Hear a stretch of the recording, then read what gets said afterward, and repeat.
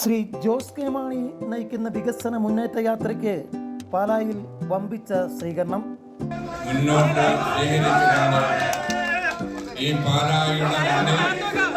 തൻ്റെ ജന്മനാടായ പാല ആവേശ കടലായി മാറി.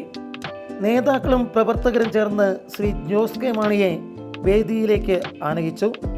തൻ്റെ പിതാവായ ഒരു കാലത്ത് കേരള രാഷ്ട്രീയത്തിൻ്റെ ഭീഷ്മാചാര്യനായിരുന്ന KM മാണി സാറിൻ്റെ നല്ല ഓർമ്മകൾ അദ്ദേഹം നെയ്തെടുത്തു.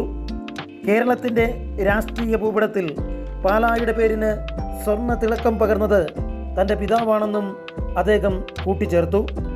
ഈ കഴിഞ്ഞ 5 വർഷക്കാലം പാലായിൽ വികസന മുരടിപ്പാണ് നടക്കുന്നതെന്നും അദ്ദേഹം പറഞ്ഞു.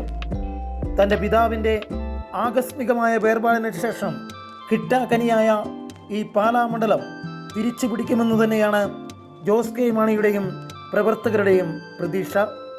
റെൻസോയി, വാർത്താ മലയാളം ന്യൂസ്, കൊച്ചി.